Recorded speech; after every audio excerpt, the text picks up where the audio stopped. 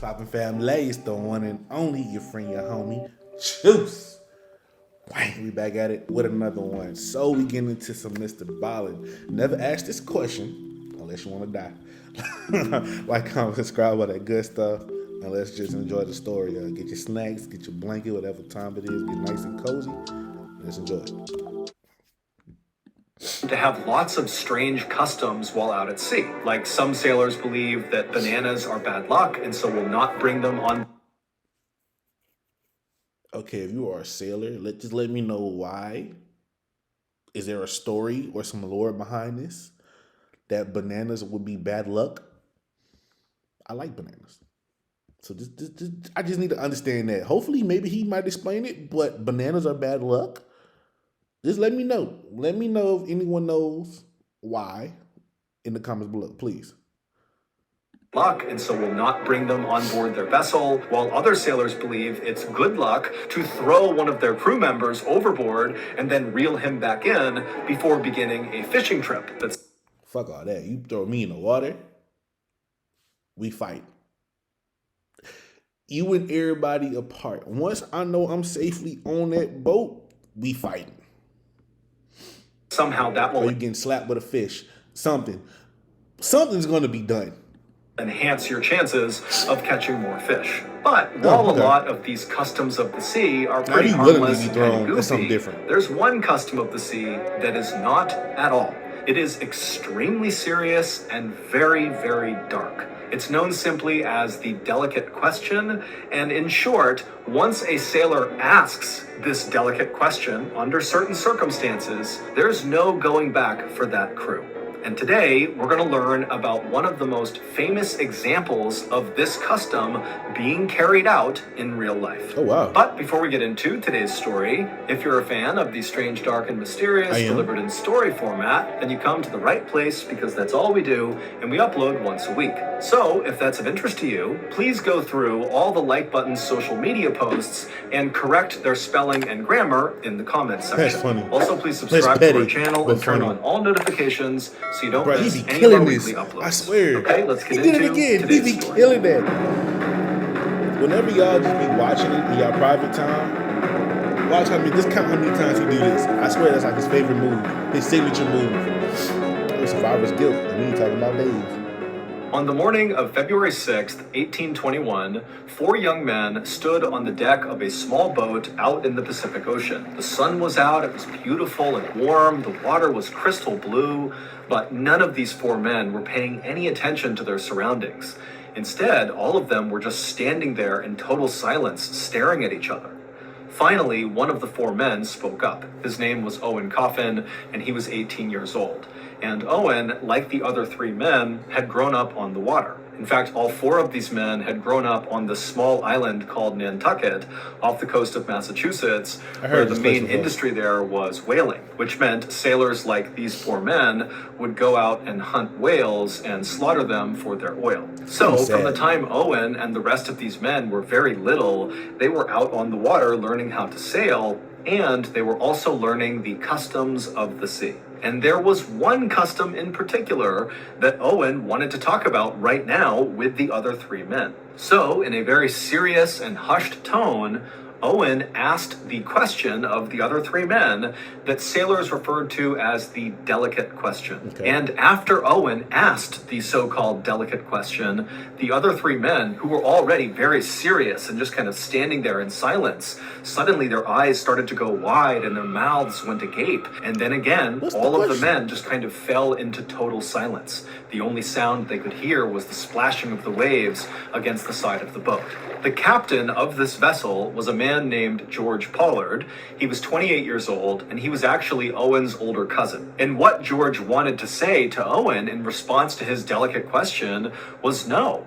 But George didn't say that. Instead, he just put his hands up over his mouth and stared kind of incredulous. Bro, they acting like it's Harry Potter when you mention he who must not be named. What the hell is the question? I want to know. Shit, nigga, Voldemort, Voldemort, Voldemort. Let me stop. At Owen and the other two men who were also teenagers. Their names were George and Barzillai. And as he stared at these other three men, he realized that their answers to the delicate question was a resounding yes. They knew it had to be a yes. They had to do this. And even though George could totally override them because he was the captain and so technically in charge, he knew in this situation, under this particular custom, he couldn't overrule them. And so, with his hands still over his mouth, George just nodded a yes. Yes, let's go forward with this custom. And so, with a unanimous decision to move forward, Owen slowly reached down and pulled out the ship's logbook from underneath one of the seats behind him. And then he opened up the book and he flipped to the back pages of the logbook, which were totally blank, and he grabbed one of the pieces of paper and he ripped it out of the book. Then Owen began to rip this piece of paper into strips. First, he ripped 3 identically long pieces of paper, and he held up all 3 at the same time to show the others that these are the 3 that are the same. And each of the 3 nodded their head, yes, we see that. And then Owen reached down, he grabbed the paper again, and he ripped a 4th strip out, and this one was dramatically shorter than the other 3. And so Owen held up this much shorter piece, and he showed Charles, George, and Barzillai, and again, they all kind of nodded in agreement. Yes, we see, that's the short piece. And so once the whole group was satisfied that they had their 4 strips, Owen took off his hat, he put all 4 of the strips inside, mixed it around, and held out his hat. It was time. The first man to reach into Owen's hat was Owen's older cousin and the captain, George. He reached in, he pulled one of the strips of paper out, closed it in his fist so he had no idea which one it was, and pulled it back and held it close to his chest. And then one by one, each of the other men did the same thing, reaching in, grabbing their strip, not looking at it, and holding it against their chest. And then once all the strips had been taken, at the exact same time, all 4 men extended their hands into the middle of the circle they were standing in, and they opened their hands palm up to reveal which strip they got. And George, Charles, and Barzillai all had the identical long pieces. And Owen, the 18-year-old, the younger cousin of the captain, the one who had ripped up the strips, he had the short strip. And immediately when his older cousin, George, saw this, he yelled out, "No, let me take that one." But Owen said, "No, this is customary.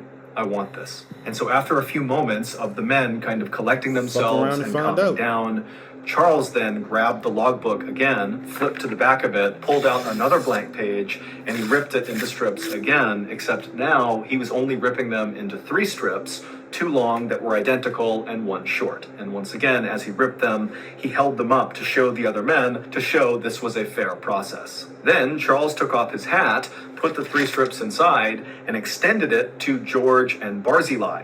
Owen was not a part of this round. And so George and Barzillai, one by one, reached in, took their strip, held it to their chest, and then Charles, he would take the last strip, he would hold it to his chest, and then once all the men had their pieces, they held their hands out into the middle of their now smaller circle, they opened their hands, palm up, and this time it would be Charles, the man who ripped up this second round, who would discover he had the short strip. And as soon as Charles saw this, he threw it on the ground and he ran to the other side of the boat and began screaming, "I can't do this, I can't do it." Meanwhile, Owen, George, and Barzillai didn't even move or flinch. They just stood there waiting for Charles to calm down, because they knew he knew this was a very important custom. And once you begin doing it, you can't just stop.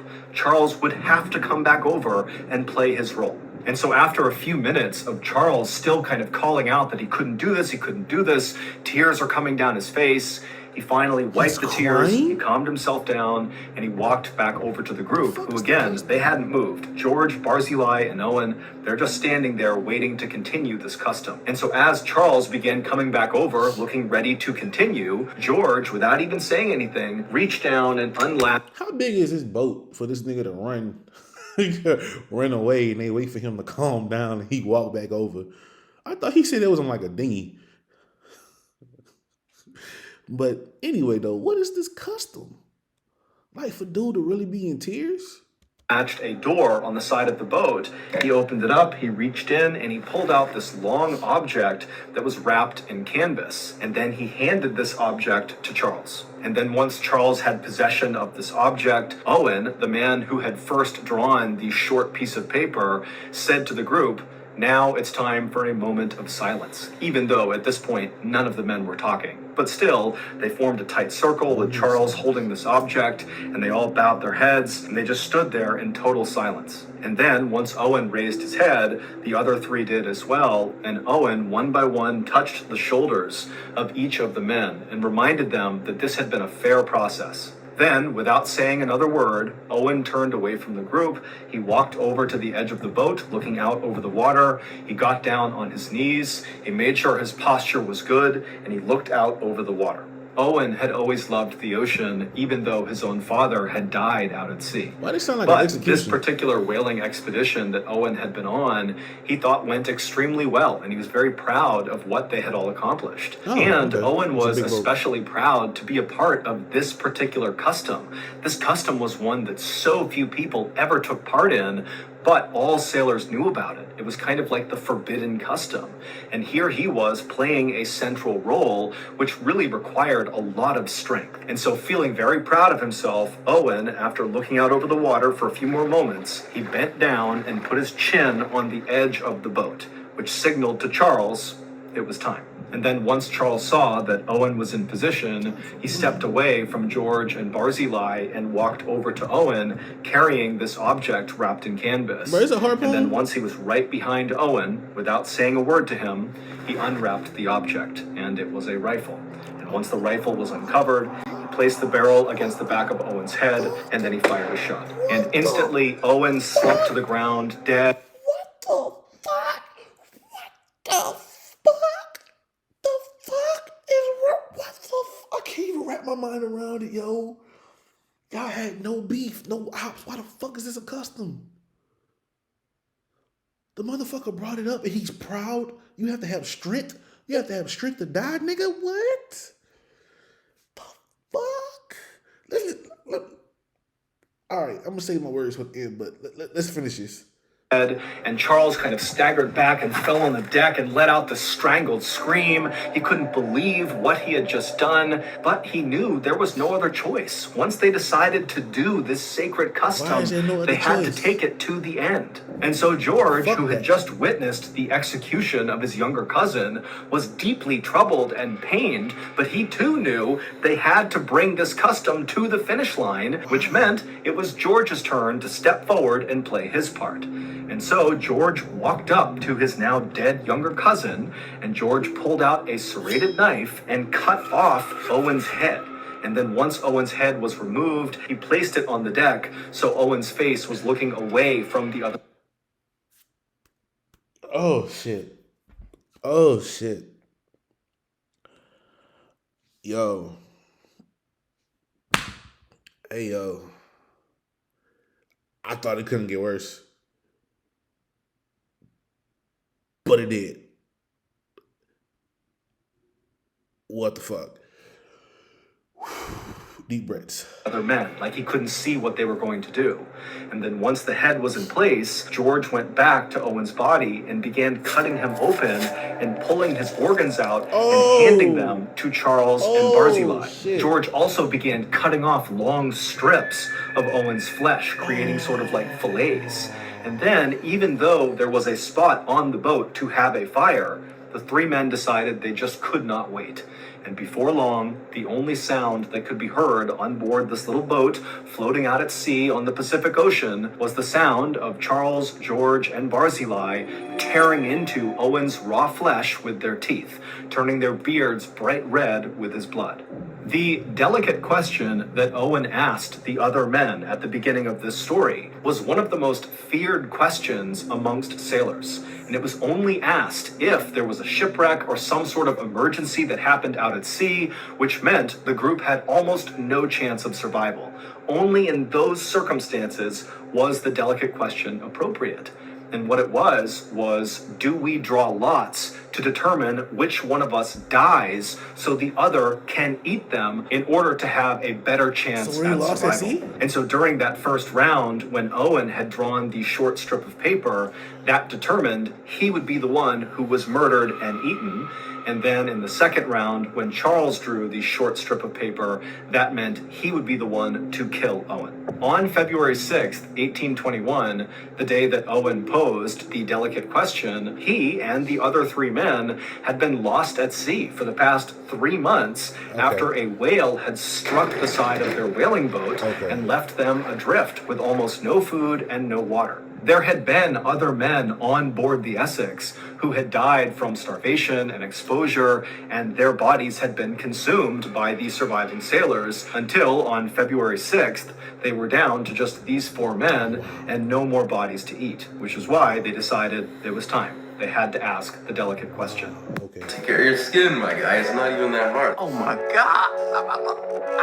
No. If you're strong. 17 days after Owen sacrificed himself so the others could eat him, another boat happened to drift past the stranded Essex boat, which now only contained Charles and George. Barzillai had died of starvation 5 days after they killed Owen, and Barzillai had been eaten by George and Charles as well. And as this other ship passed by the Essex and they looked on board, all they saw were skeletons of the men that had died and been eaten, and Charles and George were on opposite ends of the boat, curled up in a ball, chewing on human finger bones, trying to get the last bits of flesh off. And their bodies were totally emaciated, their hair and their beards were wild, they looked totally feral. And then when this boat actually came up alongside the Essex and boarded to rescue Charles and George looked terrified. It was like they had totally lost their grip on reality. They had been lost at sea for 94 days and had consumed all of their friends. And so it makes sense they might go kind of crazy. But after this crew was able to get Charles and George fed and get them water and cleaned up, they kind of regained their composure and their sanity, and they were very thankful and happy to be alive. The story of what happened to the crew of the Essex quickly spread all around the world, and in fact, it served as inspiration for Herman Melville to write his classic American novel, Moby Dick.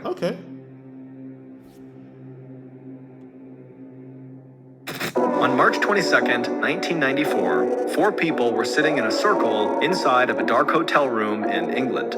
In front of them was a homemade Ouija board. The 4 people in the hotel room reached out 1 finger each and placed that finger on a glass cup that was flipped upside down, resting in the middle of this Ouija board. After looking around at each other nervously, one of the 4 people began to speak out loud. They asked the room if there were any spirits with them right now, and nothing happened. The 4 people started to laugh at themselves for even trying to do this, when suddenly the glass cup began to move.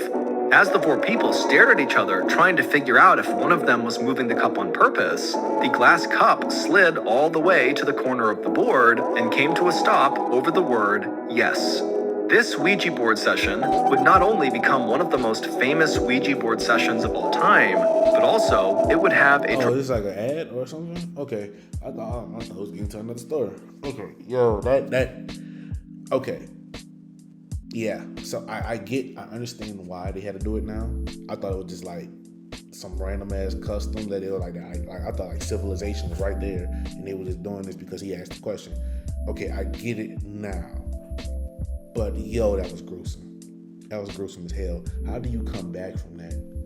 Eating your friends, family. They ate the dicks, bruh. He ate the dicks. They had glizzies before glizzies. Oh my God. How do you come back from that? I can't imagine to be pushed to the brink of survival where you have to eat another person, people that you knew. Raw.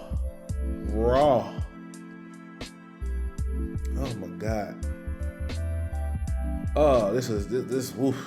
Like, comment, subscribe, all that good stuff, man. Rest in peace to those that lost their lives. Yo.